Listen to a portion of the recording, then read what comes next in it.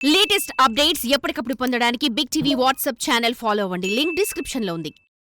కడప జిల్లాలో వైసీపీ పట్టు సడలిపోతుందా? ఆ పార్టీ నేతలే లేకుండా పోతున్నారా? జిల్లాను తన కంచుకోటగా ఫీల్ అవుతున్న జగన్ కు సార్వత్రిక ఎన్నికల తర్వాత కూడా వరుస షాక్లు తగలబోతున్నాయా? అంటే వరుస పరిణామాలతో అవుననే సమాధానం వినిపిస్తోంది. అసెంబ్లీ ఎన్నికల్లో జిల్లాలో ఊహించని ఫలితాలు చవిచూసిన వైసీపీకి పులివెందుల నీటి సంఘాల ఎన్నికల్లో చావు దెబ్బ తగిలింది. ఇక కడప కార్పొరేషన్ సైతం వైసీపీ చేజారడం ఖాయమైపోయింది. ఇక కీలకమైన మున్సిపాలిటీల్లో కూడా జగన్ కు షాకులు తగిలే పరిస్థితి కనిపిస్తుండడం చర్చనీయాంశంగా మారింది.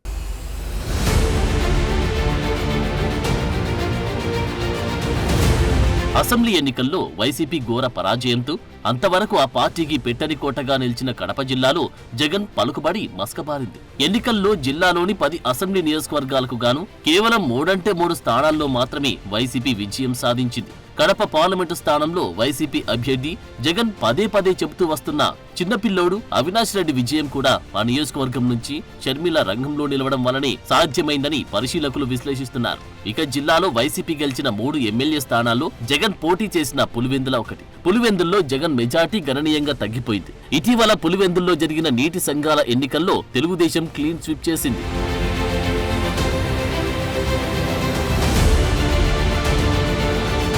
ఇక కడప కార్పొరేషన్ సైతం వైసీపీ చేజారడం ఖాయమైపోయింది. వైసీపీ కార్పొరేటర్లు పెద్ద సంఖ్యలో ఆ పార్టీని వీడి తెలుగుదేశం గూటికి చేరుతున్నారు.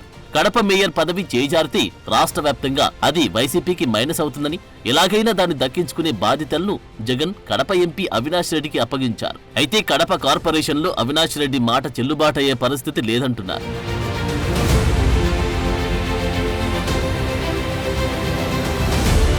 ఇక జిల్లాలోని మున్సిపాలిటీల వంతు వచ్చింది. పొద్దుటూరు మున్సిపాలిటీ టీడీపీ కైవసం చేసుకుంటుందనే ప్రచారం జోరుగా సాగుతోంది. ఖచ్చితంగా కౌన్సిల్లో మెజార్టీ సాధించి మున్సిపాలిటీపై టీడీపీ జెండా ఎగురవేయగలమనే నమ్మకంతో టీడీపీ నేతలున్నారట. అయితే చైర్పర్సన్, 2 వైస్ చైర్పర్సన్లపై అవిశ్వాస తీర్మానం ప్రవేశపెట్టి దించాలా లేక మెజార్టీ సభ్యులతో కౌన్సిల్లో అంశాలు ఆమోదం పొందితే చాలా అనే విషయంపై టీడీపీ ఎమ్మెల్యే నంద్యాల వరదరాజుల రెడ్డి ఆచితూచి అడుగులు వేస్తున్నారట. పొద్దుటూరు మున్సిపాలిటీ చైర్మన్ ను గద్దెదించాలంటే కౌన్సిలర్లలో 3/2 మెజార్టీ ఉండాలి. కానీ కౌన్సిల్లో పలు అంశాలు ఆమోదం పొందాలంటే సగానికన్నా ఒకరు ఎక్కువ ఉన్నా చాలు. ఈ మేరకు మెజార్టీ సభ్యులను తమ వైపు తిప్పుకోవడానికి పెద్దగా శ్రమించాల్సిన అవసరం లేదని టీడీపీ వర్గాలు భావిస్తున్నాయట.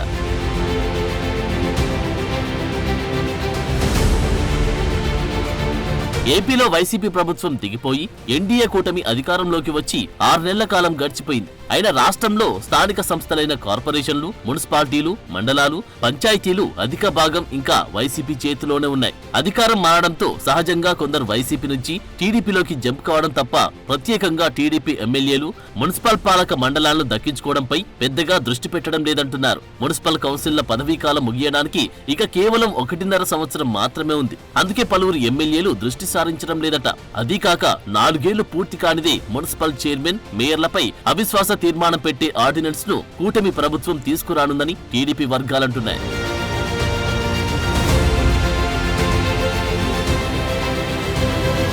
వైసీపీలో ఉన్న అంతర్గత విభేదాలు, నాయకులపై అసంతృప్తితో అధికార పార్టీకి వెళితే సొంత ప్రయోజనాలు నెరవేర్చుకోవడంతో పాటు వాటిలలో అభివృద్ధికి నిధులు సాధించవచ్చనే ఉద్దేశంతో పలువురు వైసీపీని వీడేందుకు సుముఖంగా ఉన్నారు. అలాంటి వారిని పార్టీలోకి లాక్కొని పైసా ఖర్చు లేకుండా పాలక మండలిని కైవసం చేసుకోవాలని టీడీపీ నేతలు పావులు కదుపుతున్నారట. ఆ క్రమంలో పొద్దుటూరు మున్సిపాలిటీలో మెజార్టీ కైవసం చేసుకునేందుకు ఎమ్మెల్యే నంద్యాల వరదరాజుల రెడ్డి ముమ్మర ప్రయత్నాలు చేస్తున్నారట.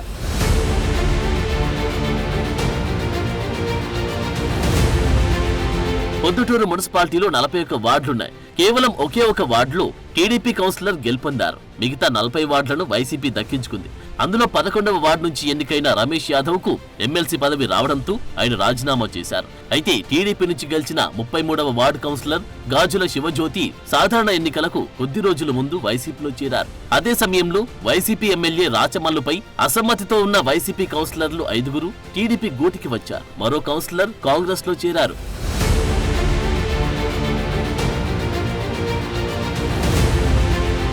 ఎన్నికల్లో ఘోర పరాజయం పాలవడంతో వైసీపీ నుంచి టీడీపీకి వలసల జోరు పెరిగింది. పలు విడతలుగా వైసీపీ కౌన్సిలర్లు టీడీపీ బాట పడుతున్నారు. మొత్తం ఇప్పటి వరకు 18 మంది టీడీపీలో చేరారట.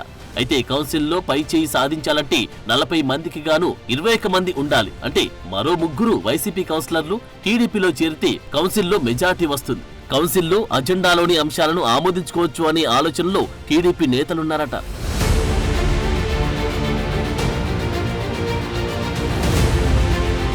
మున్సిపల్ చైర్పర్సన్, వైస్ చైర్పర్సన్లపై అవిశ్వాసం పెట్టి పదవుల నుంచి దించాలంటే టీడీపీకి కనీసం 28 మంది సభ్యులుండాలి. టీడీపీకి ఇప్పటికే 18 మంది సభ్యులున్నారు. మరో 10 మంది కౌన్సిలర్లు టీడీపీకి అవసరం. వైసీపీలో మరో 3 కౌన్సిలర్లు ఇప్పటికే టీడీపీతో టచ్ లో ఉన్నారట. అయితే అవిశ్వాస తీర్మానం పెట్టి వైస్ చైర్పర్సన్ ను పదవి నుంచి దించాక ఎవరిని మున్సిపల్ చైర్మన్ చేయాలా అనే సందిగ్ధత కూడా టీడీపీలో నెలకొందట. ఇప్పటికే టీడీపీలో 3-4 వర్గాలున్నాయి. ఒకరికి అనుకూలంగా చైర్మన్ ను చేస్తే మరొక వర్గంలో అసమ్మతి తప్పదు.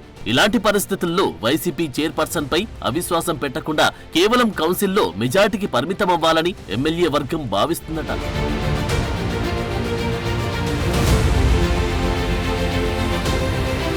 మరోవైపు పొద్దుటూరు మున్సిపాలిటీ పీఠాన్ని కాపాడుకునే యత్నాలు వైసీపీ మొదలుపెట్టిందట. అందులో భాగంగానే చైర్పర్సన్ భీమినిపల్లి లక్ష్మీదేవి, ఆమె భర్త నాగరాజు టీడీపీలో చేరకుండా వారికున్న ఆర్థిక సమస్యలను పరిష్కరించుకునేందుకు మాజీ ఎమ్మెల్యే రాచమల్ల ప్రసాద్ రెడ్డి, ఆయన బావమర్ది మున్సిపల్ వైస్ చైర్మన్ బంగారెడ్డి ప్రయత్నిస్తున్నారట. అంతేకాకుండా వైసీపీ అధికారంలో ఉన్నప్పుడు లబ్ధి పొందిన కొందరు కౌన్సిలర్లు పార్టీ మారకుండా కట్టడి చేస్తున్నారట. కొందరు కౌన్సిలర్లకు తాము ఎన్నికల్లో పెట్టిన డబ్బు చెల్లించాకే పార్టీ మారాలని షరతులు పెడుతున్నారట. దీంతో కొంతమంది కౌన్సిలర్లు డబ్బులు చెల్లించే పరిస్థితి లేక విధి లేని పరిస్థితుల్లో వైసీపీలోనే కొనసాగుతున్నారట. మరి చూడాలి పొద్దుటూరు మున్సిపాలిటీ రాజకీయం ఏ మలుపులు తిరుగుతుందో.